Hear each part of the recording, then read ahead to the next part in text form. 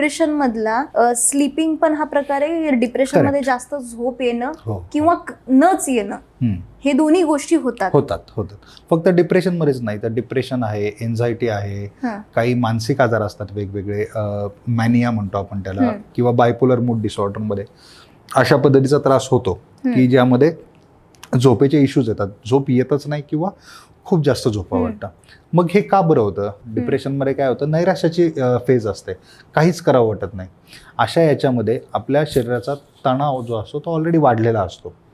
त्यामुळं काय होतं, ते नैराश्य आलंय त्याचं कारण सुद्धा आपल्याला त्यामध्ये बघायला लागतं, कारण त्यामध्ये थॉट प्रोसेस फार महत्त्वाची असते. एकच गोष्ट सतत डोक्यात फिरत राहिली तरी सुद्धा आपल्या मेंदूवरचा ताण वाढत राहतो आणि आपल्याला झोप येत नाही. शरीरामध्ये बेसिक चेंजेस होत राहतात, जे गरज नसलेले केमिकल्स किंवा हार्मोन्स असतात ते शरीरामध्ये वाढतात आणि त्यामुळे सुद्धा माणूस नुसता पडून राहतो, झोपून राहतो एकाच ठिकाणी. म्हणजे 12-12, 14-14 तास पडून राहतो, काहीच करायची इच्छा होत नाही, मला उठायची इच्छा होत नाही, मला काम करायची इच्छा होत नाही.